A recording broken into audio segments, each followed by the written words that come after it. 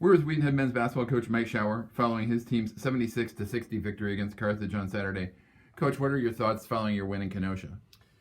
Huge win for us. I mean, such a difficult loss on Wednesday, and North Park is great. I said that before, stand by that.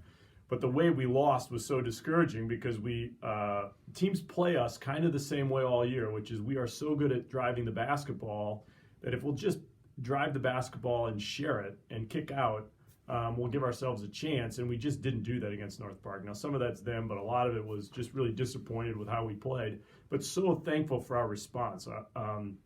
We had great practices yesterday. I thought Cody Appleton and Cooper Starks were great in practice, and those are guys we don't talk a lot about, but they had great practices.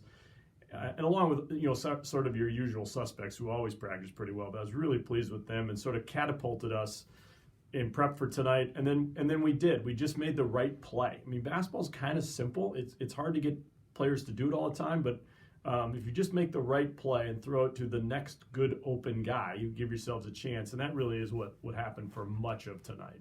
You mentioned the usual suspects. Tyson Cruikshank had 35 points for your team in a great effort. Just talk about him tonight. He was great, and such a big game for us. And to have him perform like that on the road at that moment speaks to really more his character than basketball, that he'd be able to handle that moment, but not surprised, right? I mean, he's a pretty tough kid and just played great and just got some clean looks, kind of got going. And once he gets going, obviously it kind of relaxes everybody else. So he's a pretty special player. The tough road schedule continues. You're at Augustana on Wednesday. Your thoughts against a team that's playing very well right now? Yeah, they're playing great, and really are playing about as well as anybody in the league.